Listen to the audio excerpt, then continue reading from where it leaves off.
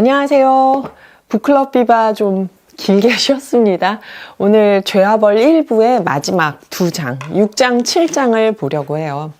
6장, 7장은 라스콜리니코프가 드디어 결정을 하고 전당포 노파에게 가서 그 노파를 죽이고, 뒤이어 들어온 노파의 동생까지 죽이고, 그리고 자기 집으로 숨어 들어오는 그 과정을 그린 거예요.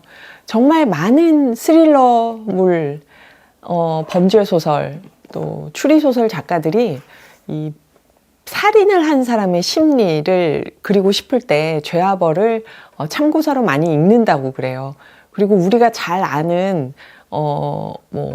장강명 작가나 정유정 작가님이나 이런 분들이 다들 도스토옙스키 좋아한다고 얘기하거나 도스토옙스키 작품에 대한 이야기 인터뷰에서 하는 거 종종 보거든요.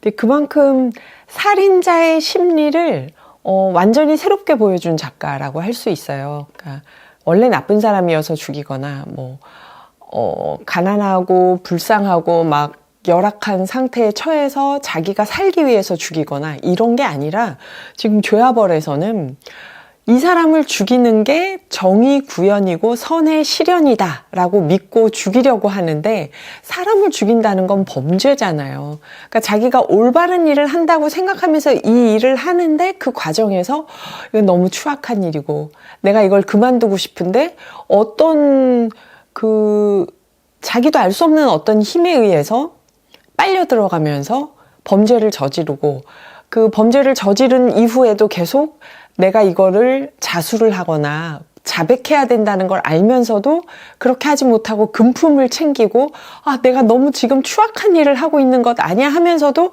이제 자기가 저지른 범죄를 정당화하기 위해서 계속 더 은폐하고 그 다음 범죄를 저지르게 되는 그 심리를 정말 이렇게 보여줄 수 있나 싶을 만큼 생생하게, 그러니까 누구도 생각하지 못했던 방식으로 보여줬다고 저는 생각하거든요.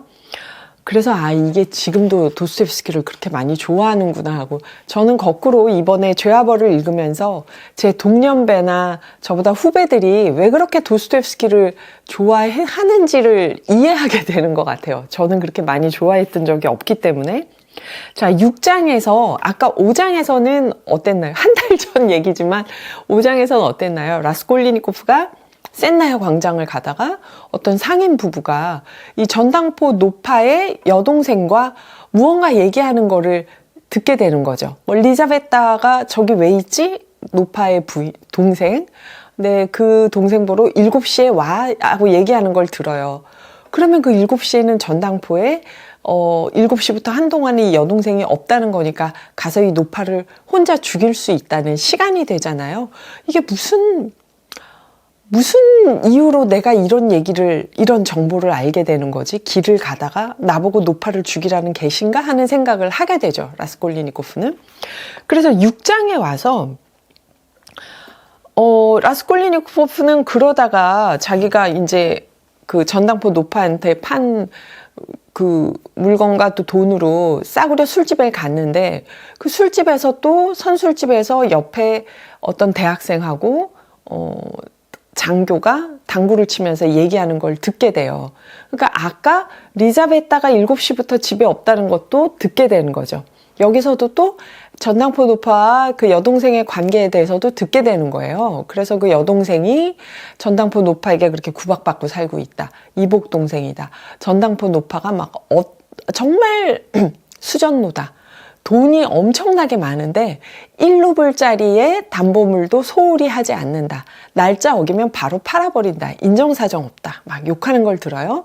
그래서 그런 전당포 노파를, 사실 그 사람 한 명은 사회에 필요한 사람도 아니고 어차피 조금 있으면 죽을 거고, 그 사람을 죽이고 그 사람의 재산으로 수십 가정에 수천 명의 사람들에게 오히려 더 좋은 일을 할 수 있다. 그게 선이 아니냐, 이런 얘기를 해요.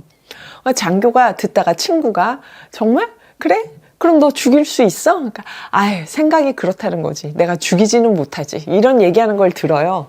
라스콜리니코프가 내가 생각한 거하고 어떻게 똑같은 생각을 할 수 있지? 하지만 사실 그런 생각은 그 시절 대학생들에게 많이 퍼져 있던 여러 가지 논리였다고 얘기가 나와요. 쓸모없는 사람, 한 사람이 그냥 죽고 그 사람의 재산으로 더 많은 사람에게 좋은 일을 할 수 있는 거 아니야 하는 식의 논리는 평범한 논리였는데 사실 라스콜리니코프하고 그 대학생만 하는 생각은 아니었는데 그 순간 라스콜리니코프는 내가 전당포 노파를 보고 한 생각과 똑같은 생각을 저 자리에 저 대학생이 얘기를 하고 자기가 죽이는 그런 노파는 죽이고 그 재산을 가난한 사람들한테 나눠주는 게 선이라는 얘기까지 하면서 내가 그걸 죽일 순 없지 내가 그렇다고 내가 그 정도까지 결심은 못하지 하는 얘기를 들어요. 나는 그 결심을 할 수 있지 않을까 했는데 내가 생각하는 거하고 똑같은 얘기를 듣네. 이게 마치 자기 생각이 정당하다. 그렇게 해야 한다는 어떤 흐름처럼 느끼는 거예요. 라스콜리니코프는 또 누군가의 얘기를 들은 거죠. 그리고 그 앞에 이 전당포 노파를 어떻게 알게 됐나.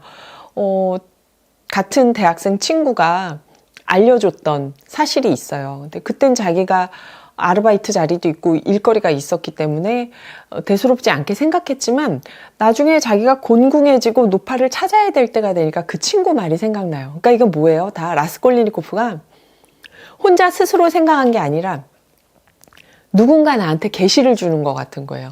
친구가 노파집을 알려줬지? 지금 선술집에 왔는데 이 옆자리에 있는 사람들이 내가 생각하는 거하고 똑같은 얘기를 하지? 이게 무슨 계시지? 막 이러면서 집으로 오는 거예요. 뭐라고 얘기하냐면 라스콜리니코프는 최근 들어 미신적인 성향이 강해졌다.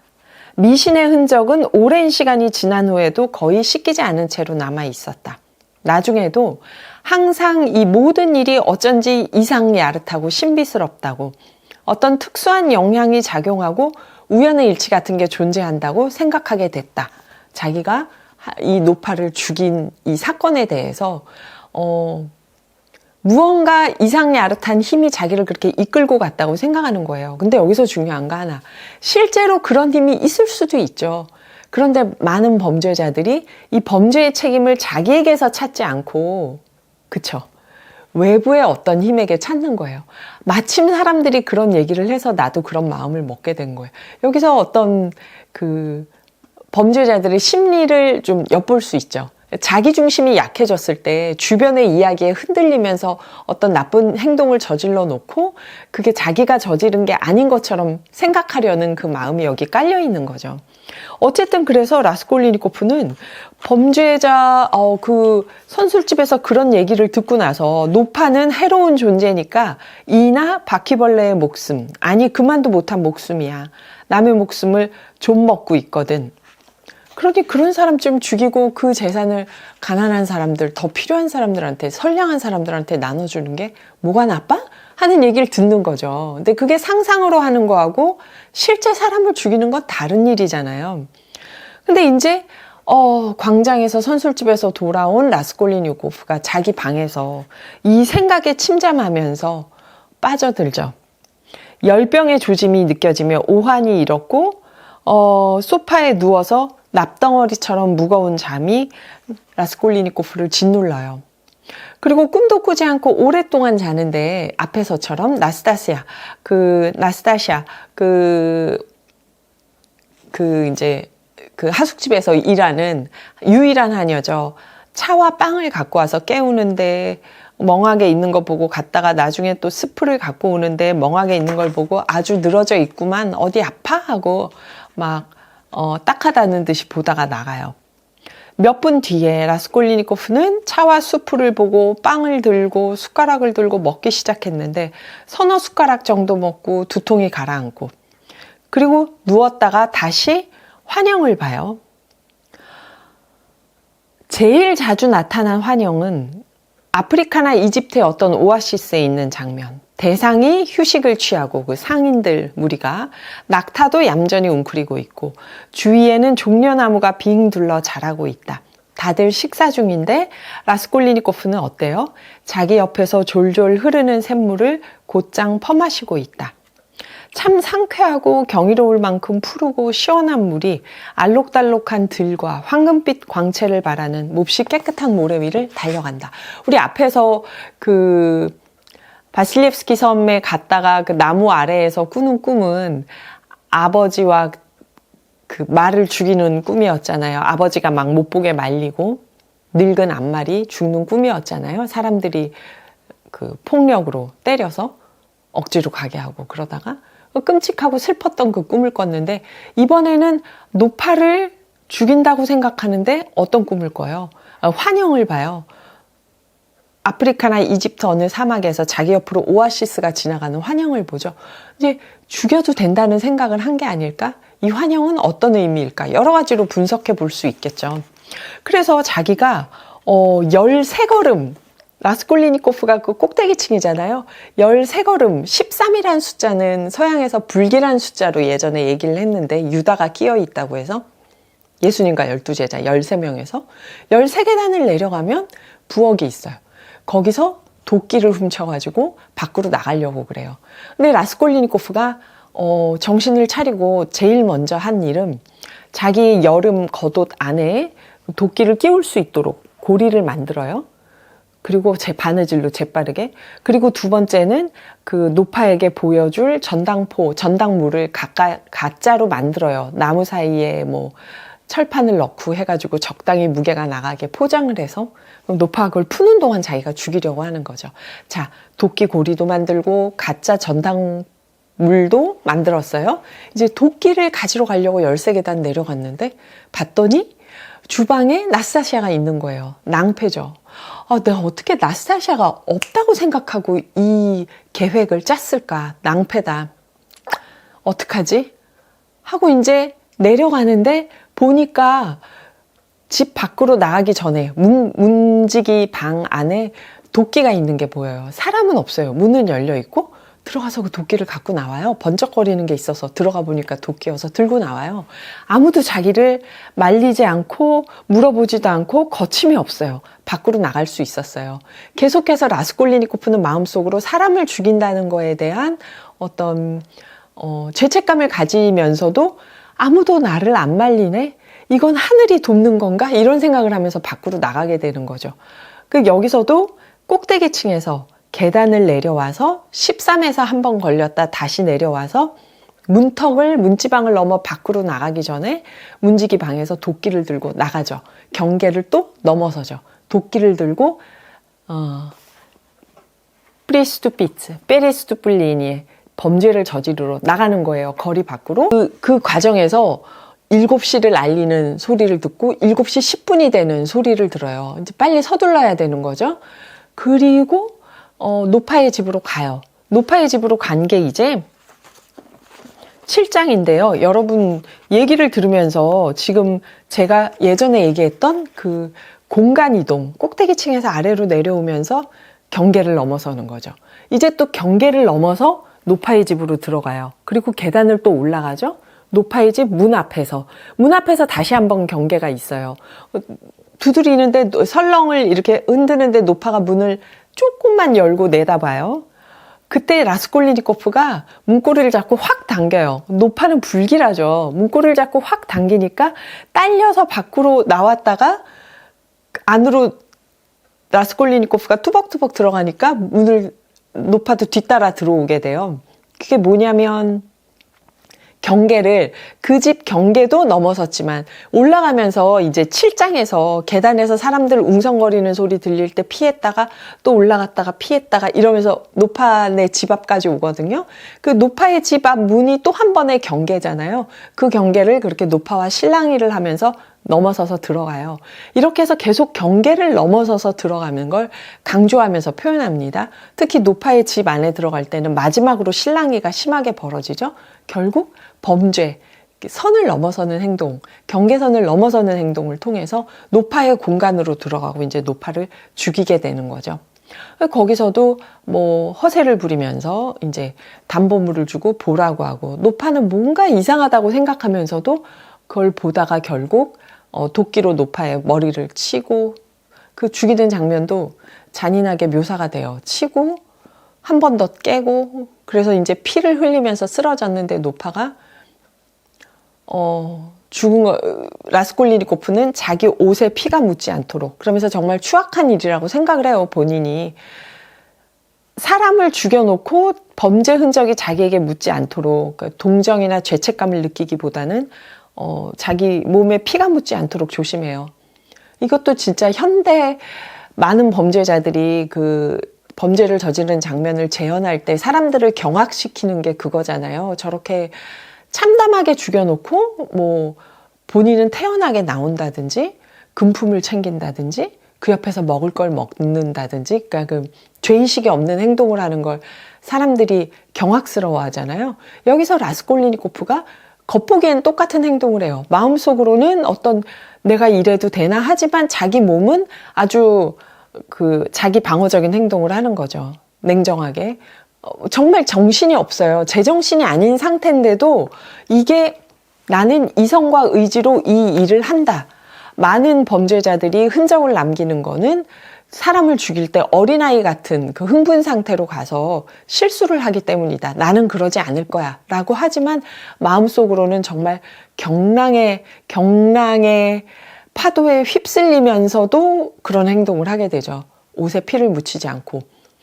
그 죽이고 나서 노파의 방으로 가서 이제 뒤지고 노파의 그 열쇠고리를 찾았는데 안 되고 하다가 노파가 목에 걸고 있는 지갑을 발견하고 그걸 거기서 이제 노파가 갖고 있는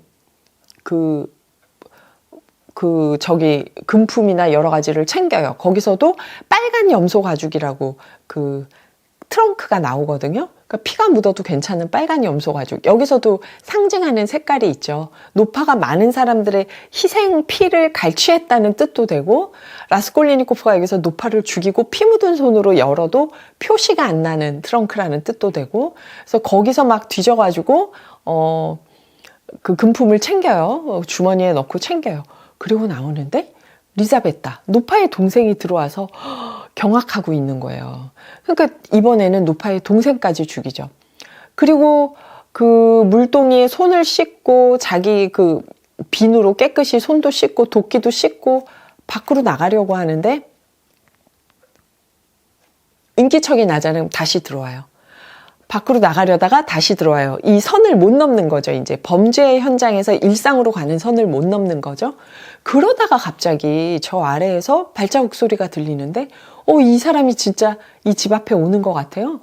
집 앞에 오더니 얼른 들어와가지고 빗장을 질렀는데 밖에서 막 문을 흔들면서 열어요. 문 열라고 소리 지르고. 근데 힘이 세가지고 이 문이 진짜 막 열릴 것 같아요. 자물쇠가 흔들리고 하는 걸. 그래서 저걸 붙잡을까 하다 아니야 그럼 안에 사람이 있는 걸 알겠지 하고 초조하게 라스콜리니코프가 옆에 서 있는데 누군가가 와서 좀 젊은 사람이 이 사람 보러 꼭 그게 그러지 말고 문지기한테 가보자고. 그러니까 왜 그러냐고 했더니 나랑 약속을 했는데 이 노파가 지금 안에 없다고, 어떻게 된 일인지 모르겠다고. 그러면 그러던데 이 사람이 근데 잠깐만, 문을 흔드는데 빗장이 질러져 있잖아요. 그럼 안에 누군가가 있는 거지. 만약 나가고 아무도 없으면은 자물쇠로 잠궜을 거 아니야? 그러니까 꼬후가 그럼 안에 있는데 안 연단 말이야. 가만히 있어봐. 내가 문지기한테 갔다 올게 하고 내려가요, 이 사람이. 안 올라와요. 그러니까 꼬후도 그러다가 내려가요. 그러니까 이제 라스콜리니코프가 빗장을 열고 밖으로 나와서 사람들이 없어진 걸 확인하면서 두려움에 떨면서 숨었다가 나왔다, 숨었다 나왔다. 사람 소리가 나면은 빈 아파트로 숨었다가 수리 중인 그 아래층 아파트로 숨었다가 사라진 걸 보고 또 다시 나오고 하면서 밖으로 나옵니다. 자, 한참 씻을 때 이런 얘기를 해요. 그저 구두에만 얼룩이 묻어 있었다. 그는 걸레 쪽에 물을 적셔서 구두를 닦았다. 핏자국을 다 없앤 거죠. 그럼에도 꼼꼼히 뜯어보지 않아 자기 눈에는 잘 안 띄지만 남의 눈에는 확 들어오는 것이 있을 수 있다는 점도 알았다. 그는 골똘히 생각에 잠긴 채 방 한가운데 우뚝 섰다. 내부에는 괴롭고 암담한 생각이 치밀어 올랐다. 지금 자신이 미쳐가고 있다. 이 순간 판단할 힘도 스스로 지킬 힘도 없다. 지금 하고 있는 일도 절대 하지 말아야 하는 일인지도 모른다 하는 생각이 맙소사, 도망쳐야 돼, 도망. 이렇게 중얼거리며 현관으로 내달렸다. 현관으로 내달렸는데 두 사람을 죽이고 흔적을 다 없애고 자기 몸의 흔적을 여태껏 한 번도 맛본 적 없는 공포와 대면했다. 왜요? 그는 자리에 선 채로 앞을 보면서 자기 눈을 믿을 수 없었다. 현관에서 계단으로 나가는 바깥문. 그가 아까 설렁을 울리며 들어온 그 노파의 바로 그 현관 문이 잠겨 있지 않은 거예요. 자물쇠 빗장도 걸리지 않은 채 손바닥 하나는 좋게 들어갈 만큼 열려 있었다. 그렇다면 누군가가 이 살인 현장을 밖에서 다 볼 수도 있었단 얘기잖아요. 노파가 문을 실랑이 하다가 라스콜리니코프가 들어올 때 불안하니까 문을 안 잠그고 좀 열어놨을 수 있죠. 그리고 그 다음에 여동생이 들어왔잖아요. 여동생이 들어왔을 때도 문이 열려 있을 수 있죠. 근데 라스콜리니코프는 문이 열려 있을 거라고는 생각을 못 한 거예요. 그러니까 계단 쪽으로 귀를 기울이고 나가려다가 이번엔 안으로 들어와서 문을 잠그고 숨었던 거죠. 꼬흐가 문 앞에서 막 문 열려고 난리를 칠 때. 그러니까 여기서 정말 으시시한 게 라스콜리니코프는 자기가 다 숨겼다고 생각했는데 중간에 내내 문이 열려 있었다는 걸 마지막에 알았죠.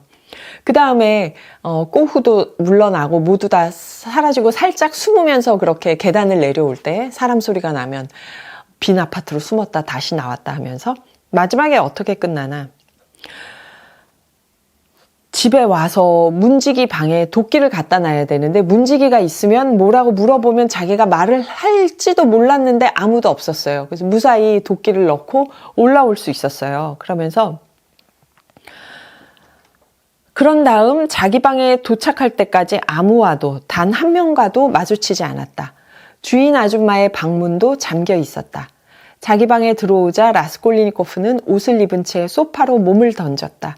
잠이 든 것도 아니고 그냥 넋이 나간 상태였다. 만약 그때 누가 그의 방으로 들어왔다면 당장에 벌떡 일어나 비명을 질렀을 것이다. 어떤 생각의 조각과 파편이 연이어 그의 머릿속에서 들끓었다. 하지만 아무리 애를 써도 어느 것 하나 붙잡을 수도 또 어느 것 하나 집중할 수도 없었다. 이게 이제 살인을 저지른 사람의 상태죠. 현재 상태. 그러나 마음속이 그렇다 하더라도 그의 밖으로 드러난 행동은 정말 흔적을 없애고 사람 눈을 피하고 도끼를 원래 자리로 갖다 놓고 누구에게도 들키지 않게 행동을 하게 되는 거죠. 그렇다고 그 마음이 평정이었냐면 그건 또 아니었던 거죠. 그래서 6장하고 7장에서는 아까 말씀드린 것처럼 라스콜리니코프가 밖으로 나와서 13계단을 내려와서 도끼를 훔치려다 못 훔치고 문지방까지 와서 입구 현관까지 와서 건물 입구까지 와서 문지기 방에서 몰래 훔쳐서 경계를 넘어서서 그 다음에 노파네 집으로 광장을 거쳐서 노파네 집으로 가서는 숨으면서 계단을 올라와서 노파의 현관문, 노파 아파트 현관문을 가지고 둘이 실랑이를 하다 들어왔어요. 뿌리스투피츠를 했는데 들어와가지고 노파를 죽이고 동생까지 죽이고 흔적을 없애고 나가려고 보니까 그게 닫혀져 있지 않았어요. 열려 있었던 거예요. 문이 조금.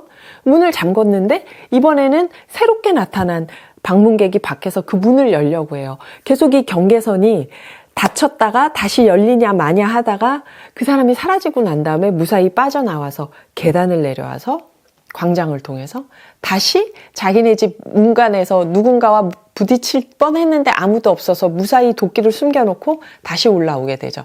그러니까 이 계단과 문지방과 문턱과 광장과 문턱과 계단과 다시 문턱과 앞서 말씀드렸던 그 공간의 개념, 그리고 범죄를 저지르다, 경계를 넘어서다의 상징. 이게 이 공간 이동에서 아주 잘 나타나고요. 한 가지. 두 번째는 여러분 이게 아주 좁은 공간 안에서 일어난 일이죠.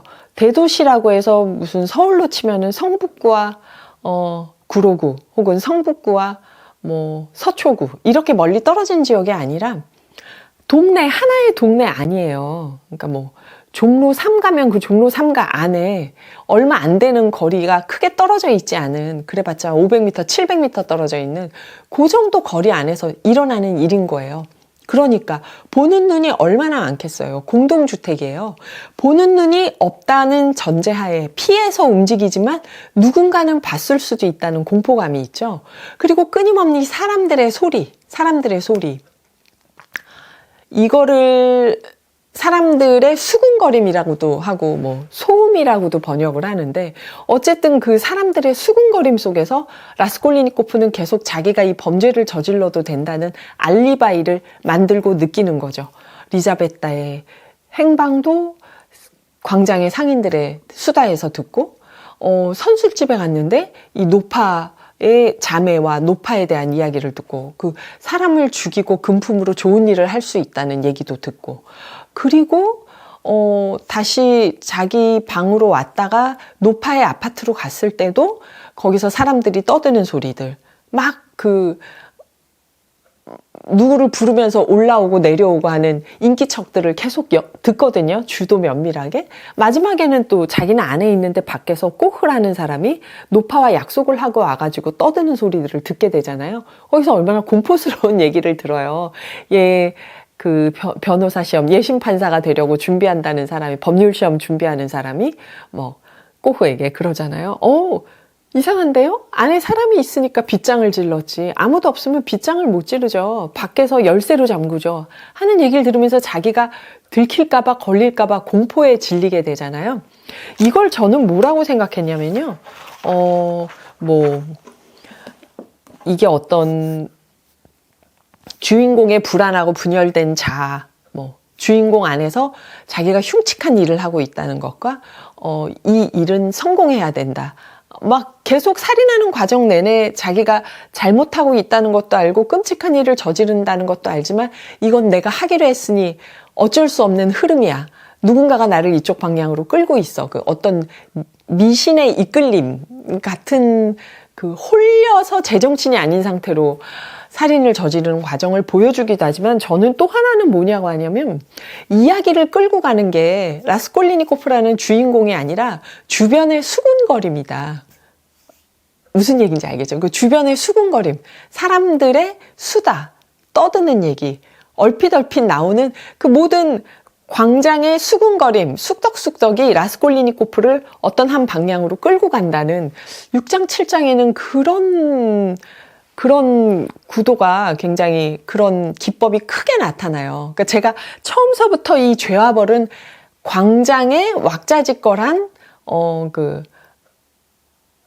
서민들, 그러니까 광장에 왁자지껄한 어떤 민중의 소동, 민중극의 형태가 있다고 얘기를 했잖아요. 지금 이 6장, 7장에서 주인공이 굉장히 자기는 막 의지를 가지고 이성과 의지를 가지고 정의를 구현하려는, 선을 실현하려는, 그리고 어떤 세상에 필요 없는 사람을 내가 죽일 수 있는지 없는지를 한번 확인해 보겠다는 이런 거창한 생각과는 별개로 사람들의 수군거림, 떠드는 왁자지껄함, 그랬대, 이랬대, 저랬대 하고 떠드는 이야기들이 이야기를 끌고 가는 거예요. 주인공을 그 행동을 하게끔 만드는 거고, 이게 굉장히 흥미로운 기법이고, 앞으로 이 죄와 벌이 광장 또는 이 장소에 모인 사람들, 그러니까 모든 게 오픈된 거예요. 이게 공동주택이다 보니까 자기 집이라 해도 문이 열려 있으면 밖에서 볼 수 있는 거고, 아래층에 소리가 들리고, 어디에도 혼자 있을 수 있는 비밀의 공간이 없는 거죠, 지금. 그렇잖아요? 라스콜리니코프가 방에서 무언가 침잠하려고 해도 하녀가 불쑥불쑥 들어와가지고 방해를 하고, 이게 모두가 모여있는 이 공동주택과 광장과 연결되어 있는 이 구역의 사람들에게 완전히 자기만의 공간, 밀실이라는 건 없는 거고, 이 열려있는 상태에서 시끌벅적함 속에서 아주 혼자서 남몰래 저지르는 범죄마저도 이렇게 많은 눈 속에서 벌어지고 있다는 거를 암시하면서 이야기가 진행이 되는 거죠. 이 흐름을 끌고 가는 게 뭘까요? 저도 이걸 한번 생각해 볼게요. 여기서 라스콜리니코프는 어떤 미신, 운, 자신의 이성 계획과 충돌하는 어떤 보이지 않는 힘이라고 얘기를 했는데, 도스토옙스키가 그런 뜻으로 썼을 수도 있겠지만, 그런 무슨 밀교나 미신을 얘기하려고 죄와 벌을 쓰진 않았을 거 아니에요. 그러면 내 의지와 상관없이 나를 몰고 가는 이 힘이 뭘까? 사람들의 수군거림이 뭘까 하는 이거는 우리가 2부, 3부를 가면서 계속 죄와 벌의 어떤 구성과 기법을 의논하면서 생각을 해보겠습니다. 저는 잠정적으로 카니발의 민중, 광장의 민중과 관련이 있다고 생각을 하는데요. 닫혀있지 않고 열려있는 공간과 행동과 시간과 모든 게 그게 어떻게 연결되는지는 앞으로 좀 더 읽으면서 생각을 해보겠습니다. 그래서 1부의 6장, 7장은 라스콜리니코프가 노파를 죽이는 그 유명한 장면, 그런데 제가 말씀드렸듯이 그냥 이야기만 들어도 흥미진진하잖아요. 죽이고 나오려는데 동생이 있고 또 죽이고 나오려는데 문이 열려 있고 잠궜더니 밖에 누군가가 와서 막 문을 열려고 하고 이런 불안함, 공포, 이야기가 흘러가는데 계속해서 반전이 일어나는 거기서도 도스토옙스키가 어떤 심리 스릴러, 살인극을 보여주는 그 뛰어난 소설인 것도 보여지지만 거기서 그치지 않고 제가 말씀드렸듯이 경계를 넘어서는 계속되는 이 상징과 공간의 은유가 있다. 상징이 있다. 그리고 닫힌 공간인 것 같지만 사실은 열려있는 문을 닫혔다고 생각하고 살인을 했지만 손바닥 하나가 들어갈 만큼 열려있다는 이건 굉장히 상징적인 얘기거든요.